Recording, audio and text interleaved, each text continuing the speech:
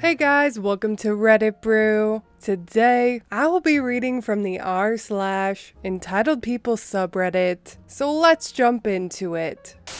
I just thought the food was shitty. Just got back from a hot mess disguised as a blind date and wanted to get the details down. It might get a little long, but there is some backstory that's relevant. My fiance, whom I was in a relationship for 10 years with, died in a car wreck 3 years ago. The driver of the car was drunk. No, I have no desire to talk about it. When I was a teenager, I got a job working at a movie theater. My last night working there, a plumbing emergency occurred, and raw sewage was backing up into the bathrooms and kitchen. I was issued a mop and told to get cleaning. The kitchen continued to serve food while there was sewage floating on the floor. Yes, the health department was called, and there was a legal kerfuffle. I won't eat food at that theater. Cast: Daphne, a friend of my fiance's that I've stayed in contact with. Fred, Daphne's boyfriend, with whom I have a much better friendship. Velma, a militant vegetarian. Shaggy, yours truly. Scooby-Doo, my long-lasting best friend and beloved floof. And Mystery Machine, my new car. Daphne called me on Wednesday and informed me that she is upset with the state of my social affairs, and a girl she knows from work would love to meet me. I sort of sigh, because Daphne's the type of person who thinks the word no is a negotiation tactic and just requires finesse.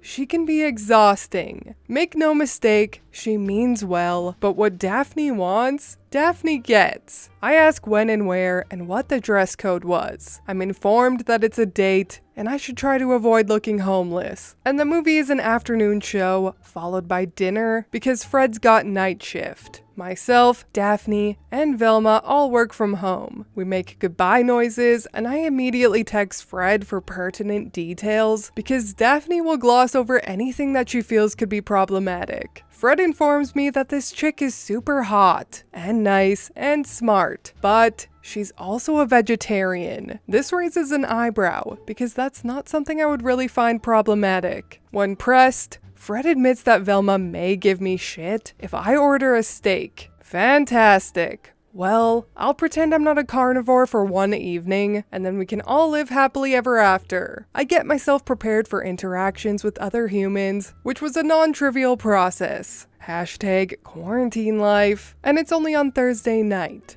I realize something important has been forgotten. I text Daphne and make sure she remembers to ask Velma to not wear perfume, or at least not much of it. This is not because I'm opposed to girls smelling pretty, it is because I'm allergic to certain perfumes and colognes. It's not a lethal allergy, but it makes me decidedly uncomfortable. She breezily assures me Velma knows, and gushes about how excited she is to ride in the Mystery Machine and see me again after so long. The day in question arrives, and I assure Scooby I'll be back soon, and I set off to pick up Fred and Daphne. They come down upon being summoned. Fred jumps in the back, and Daphne in the front, so she can direct me to Velma's place. We pull up outside Velma's apartment building, and Daphne takes Velma and moves to sit in the back with Fred. So we wait, and I start showing off some of the cool stuff my car can do. After about 10 minutes of waiting and showing, my inner 12-year-old seizes control, and I start abusing the whoopee cushion thing my car can do. It allows you to make poot sounds coming out of different parts of the car. Myself and Fred are about to piss ourselves laughing, and Daphne is trying to look stern, but her dimples are showing and she's about to crack. These fart sounds are raunchy. Enter Velma. She throws open the door and sternly asks what the hell is wrong with all of us. Are we in kindergarten? Well, all sounds of merriment die, and we all immediately look like chastened school children. Awkward silence is rather awkward, but there's really no avenue of conversation available when you introduce yourself by berating everyone.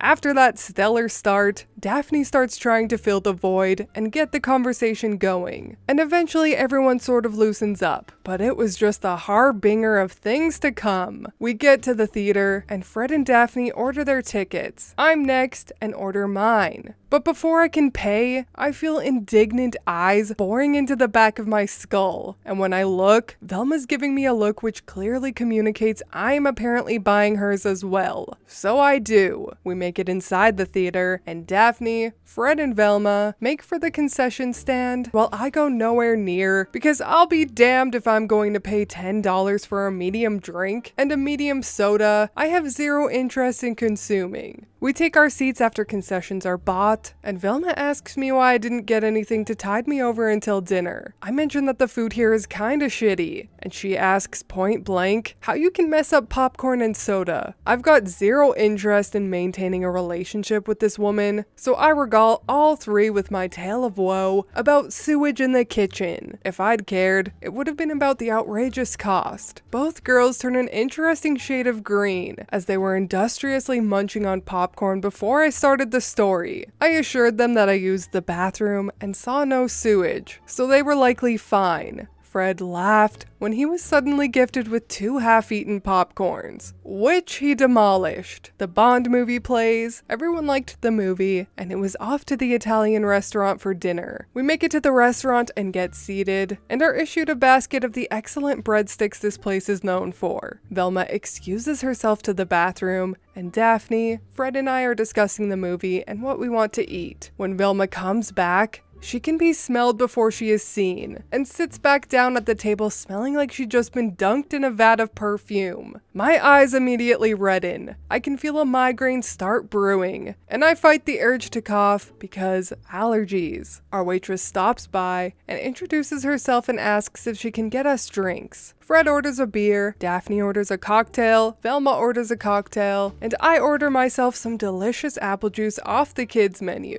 Velma is made curious by my selection and asks me if I drink. I assure her that I do socially, but not when I'm driving. She makes a pfft sound and dismisses that with an airy wave of her hand, and blithely informs me that I shouldn't worry so much. She drives all the time with a few drinks in her. I assure her I'm quite content with my apple juice and start counting in my head because there's no way this girl could know. Daphne frantically inserts herself into the conversation with an air of someone jumping onto a live hand grenade, and conversation is guided away from sensitive subjects and everyone starts to relax. Waitress returns with drinks and begins taking everyone's orders. This restaurant helpfully labels different entrees with star S for people with different dietary needs. Fred, Daphne, and Velma all order their meals, and when it comes to me, I order a cheese-stuffed food, which I will not embarrass by attempting to spell, which comes with marinara sauce, which is labeled with a nice green star, meaning it's safe for leaf eaters. Waitress says the food will be here shortly, and before she's made it 5 feet,